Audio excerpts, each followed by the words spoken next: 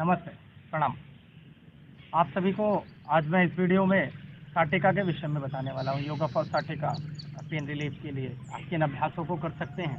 तो साटिका एक अभी बहुत कॉमन सी बीमारी हो चुकी है और इसमें भी आप देखते हैं कि इसका जो सबसे बड़ा कारण है, वो विशेष कारण जो बताया भी जाता है वो यही है कि हमारी बॉडी में ये कमर के निचले हिस्से पर एक सियाटिक नर्व है। और जो ये सियाटिक नर्व है, इसमें आप देखते हैं कि ये पीछे से हमारे दाएं और बाएं दोनों पैर के पिछले हिस्से पर एक नर्व है। ये धीरे धीरे नीचे की तरफ जाती है, जंघाओं से होते होते नी से होते हुए ऐसे एड़ी तक। तो इसमें ब्लड का सर्कुलेशन ठीक तरीके से नहीं हो पाना, ये एक बहुत बड़ा कारण होता है। और इसके साथ ही साथ फिर वो नस बहुत पतली सी होती है, कहीं ना कहीं दबने लगती है, तो ये भी एक बहुत बड़ा कारण होता है।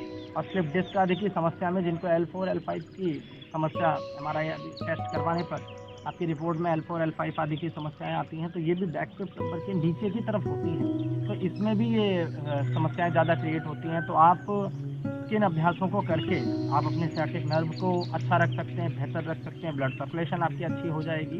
और साथ ही साथ हमें साटिका पेन रिलीफ से तो रिलैक्स मिलता ही मिलता है, फिर बैक पेन आदि की समस्या से भी हमें रिलीफ मिल जाता है।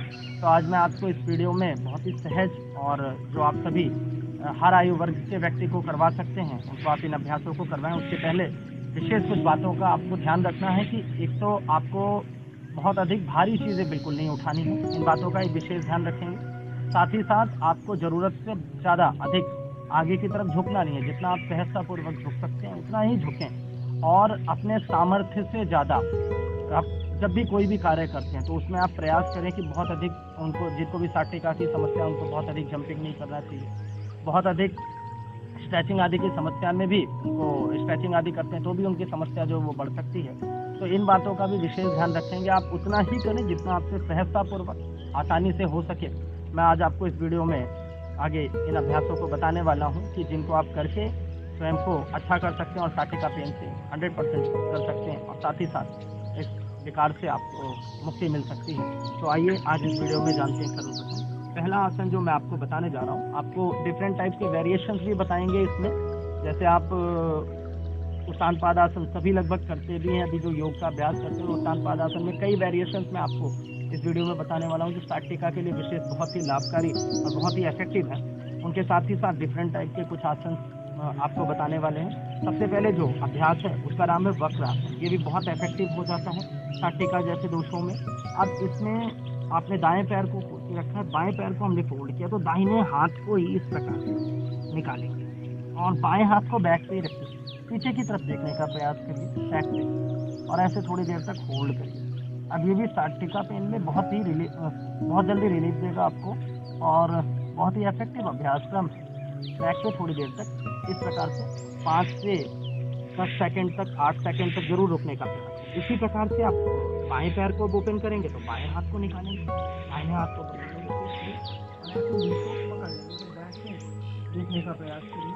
इस प्रकार से होल्ड, ये भी बहुत ही इफेक्टिव अभ्यास क्रम। इसके साथ ही साथ इसी में जो आप दूसरी वेरिएशन करते हैं उसमें अभी तक आपने बाएं पैर के पंजे को इस प्रकार से रखा था, दाएं पैर को ओपन करके रखा था। अब आप बाएं पैर के पंजे को आप नी के अपोजिट डायरेक्शन में ले जाएंगे और फिर दाहिने हाथ को ही उसी प्रकार से निकालेंगे और आप सहजतापूर्वक क्रॉस करके निकालिए। फिर पैरों की अंगूठे को आप बाएं पैर के अंगूठे को ऐसे पकड़ने का प्रयास करिए और बैक पे देखेंगे। अब ये स्लिप डिस्क में भी बहुत इफेक्टिव हो जाता है। फिर साथ ही साथ डायबिटीज़ के पेशेंट्स के लिए भी बहुत ही अच्छा मानते हैं इस अभ्यास को, और बैक की आदि की समस्या जिनको भी है उनके लिए भी बहुत ही इफेक्टिव है ये अभ्यास। अब यहीं से बाएं पैर को आपने ओपन किया तो बाएं हाथ को निकालेंगे। इन बातों का ध्यान रखिए। दाएं पैर के अंगूठे को ऐसा बैक पे देखने का इस प्रकार से, ये भी बहुत ही इफेक्टिव, बड़ा ही लाभकारी अभ्यास है। दूसरी क्रिया जो करने जा रहे हैं उसका नाम है अर्ध मत्स्येंद्र आसन। ये भी बहुत ही इफेक्टिव माना जाता है सियाटिका के पेशेंट्स के लिए। आप बाएं पैर पे इस प्रकार से बैठ जाइए, दाएं पैर को इस प्रकार से तोड़ के रखेंगे ऐसे सहजतापूर्वक। अब जो बहुत ज़्यादा जिनकी ओबेसिटी है उनको समस्या होती है तो कोई ज़बरदस्ती नहीं है, आप जितना कर सकते हैं उतना ही करिए अपने सामर्थ्य के अनुसार या अपना शक्ति। अब इसमें आपको बाएं हाथ को ही जिस पैर पे हम बैठे हैं उसी हाथ को ऐसे निकालना है। थोड़ी देर तक होल्ड करके रखें। वैसे अर्ध मत्स्येंद्र आसन में हाथों को इस प्रकार से होल्ड करके कमर पे रखते हैं और फिर बैक पे देखते हैं। लेकिन आप इस अभ्यास में नासिका में आप इस प्रकार से थोड़ी देर तक होल्ड करके रखें। पुनः वापस जाइए, हाथों का सपोर्ट ले सकते हैं। अब सहजतापूर्वक यहीं से आप लोग दाएं पैर पे बैठिए, बाएं पैर को अपोजिट डायरेक्शन में निकालिए और यहीं से फिर दाएं हाथ से ऐसे पकड़ लीजिए। इसमें इस प्रकार से भी आप कर सकते हैं। जिनको सहज लगे और जिनको थोड़ी मुश्किल होती है तो आप इस प्रकार से हाथों को बैक पे रख के भी कर सकते हैं। ये भी बहुत ही इफेक्टिव अभ्यास रहेगा साटिका। अब मैं आगे आपको जो बताता हूँ उनको भी आप करेंगे।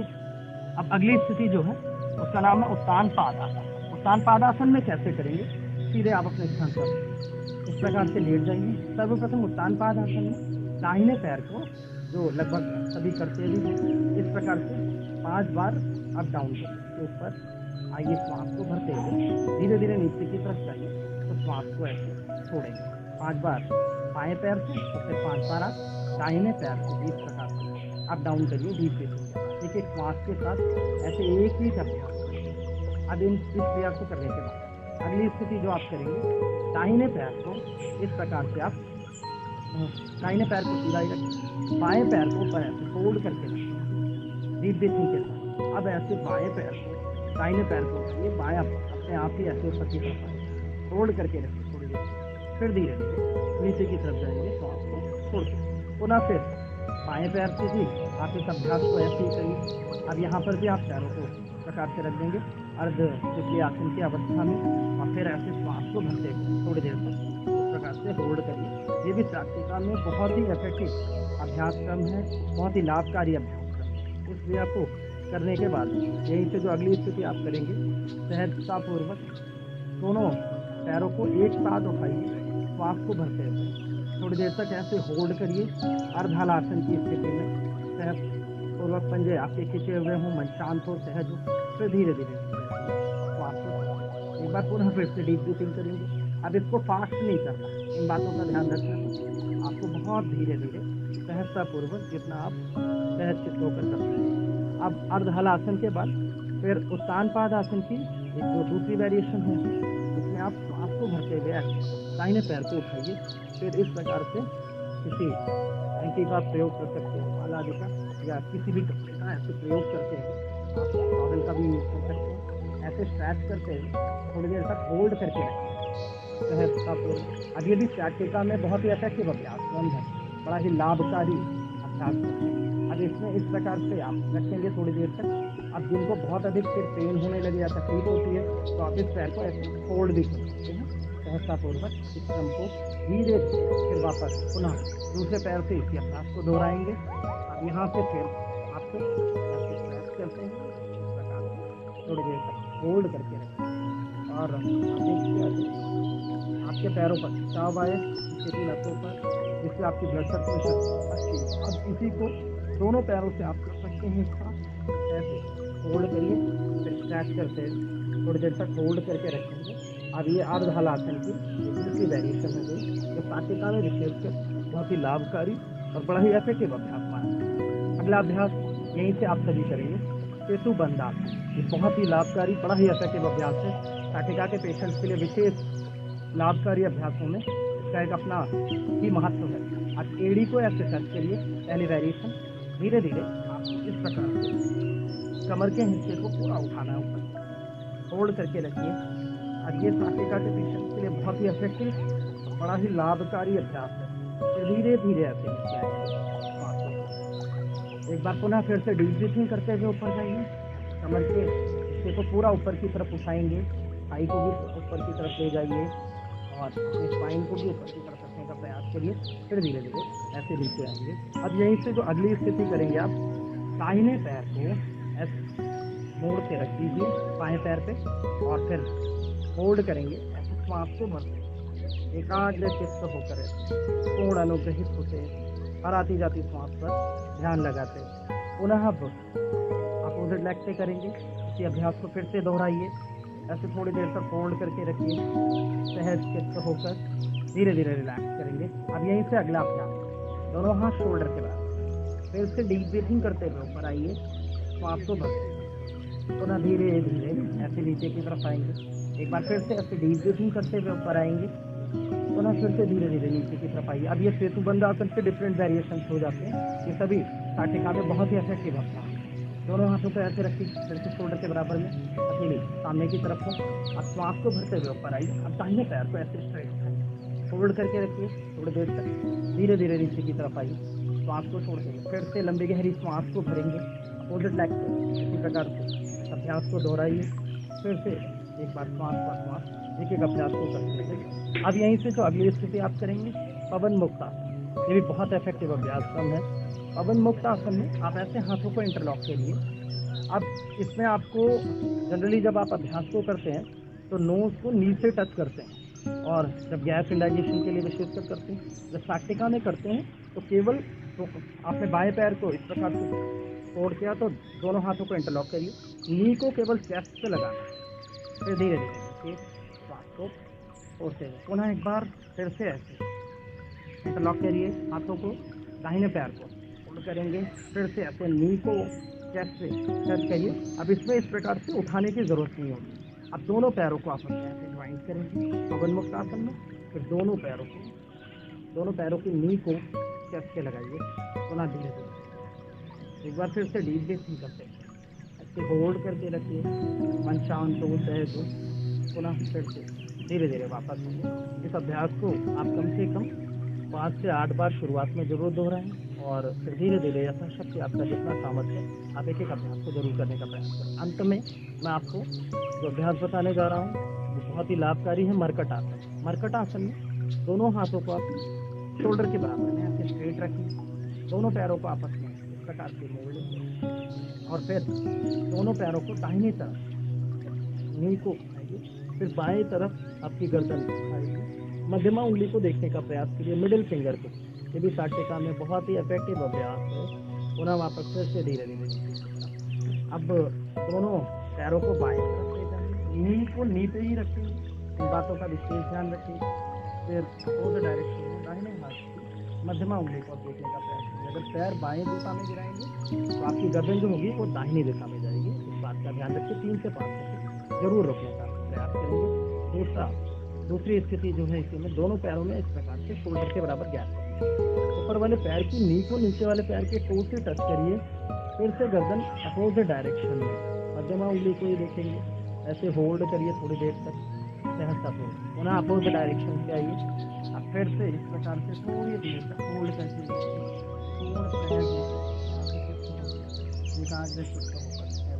इस स्थिति को भी करिए, ये भी बहुत अच्छी। अब इसी में जो तीसरी क्रिया होगी, दाहिने पैर की नी को दाहिने पैर की टो को आप बाएं पैर की नी पे इस प्रकार से रखेंगे, और फिर नी को जमीन से लगाइए। फिर गर्दन अपोजिट डायरेक्शन, मिडिल फिंगर को ऐसे देखने का प्रयास करिए। पुनः वापस फिर से इसी क्रिया को दूसरे पैर से भी दोहराएंगे, अपोजिट डायरेक्शन से भी ऐसे आइए, फिर से होल्ड करिए सहजतापूर्वक। अब नी को जमीन से लगाने की कोशिश करिए, दोनों पैरों, दाएं और बाएं दोनों पैरों, और आप टो को ऐसे नी के ऊपर ही रखेंगे, अपोजिट डायरेक्शन में देखेंगे। अब यहीं से जो चौथी क्रिया है उसमें आप इस प्रकार से पैरों को आप आपस में कर सकते हैं अच्छी तरीके से, जैसे आप गरुड़ासन की स्थिति में करते हैं। अब इन दोनों पैरों को आपको दाहिने साइड फिर बाएं साइड अपोजिट डायरेक्शन में ऐसे देखते हैं मिडिल। अब दोनों पैरों को आप बाएं साइड चेंज करिए पहले, और फिर इस प्रकार से आपस में लॉक करिए, पंजे पे रखेंगे, फिर से गर्दन तो अपोजिट डायरेक्शन में ऐसे इस अभ्यास को करेंगे तो ये भी बहुत ही इफेक्टिव होगा। अंतिम अभ्यास जो मैं आपको 5वीं स्थिति मरकट आसन की बताने जा रहा हूँ आज, तो ये दाएं पैर के नी के विपरीत दिशा में बाएं पैर के पंजे को आप अब इस प्रकार से नी को जमीन से लगाइए, और फिर गर्दन अपोजिट डायरेक्शन, मन शांत हो सहज। पुनः फिर से आइए अपोजिट डायरेक्शन। अब यहीं से आपको आप इसी क्रिया को दूसरे पुनः फिर से दोहराना है। सेम स्थिति होगी, गर्दन अपोजिट डायरेक्शन में सहजतापूर्वक आप इन अभ्यासों को जरूर करने का प्रयास करिए, और ये क्रियाएं बहुत ही लाभकारी, बहुत ही इफेक्टिव है। फिर इनको करने के बाद थोड़ी देर शवासन आदि का अभ्यास करें, ये भी बहुत बहुत ही इफेक्टिव रहेगा आप सभी के लिए। तो आज मैंने इस वीडियो में आपको सciatica के विषय में बताया है। तो आप इन अभ्यासों को करके sciatica नर्व को आप कैसे उसकी सर्कुलेशन को आप अच्छा कर सकते हैं पूरी बॉडी में, और sciatica जैसे विकार से स्वयं को निजात दिला सकते हैं। तो आप इन सभी अभ्यासों को ज़रूर करें और कमेंट बॉक्स में ज़रूर कमेंट करें कि आपने इन अभ्यासों को किया तो कैसा लगा, उसको ज़रूर शेयर करें। और साथ ही साथ आपको आगे किसी भी बीमारियों के विषय में आपको जानकारी चाहिए योग के माध्यम से, तो आप ज़रूर योग आयुर्वेद के माध्यम से, तो आप ज़रूर कमेंट बॉक्स में शेयर करें। मैं आपको ज़रूर आगे के वीडियोज़ में बताने का प्रयास करूँगा।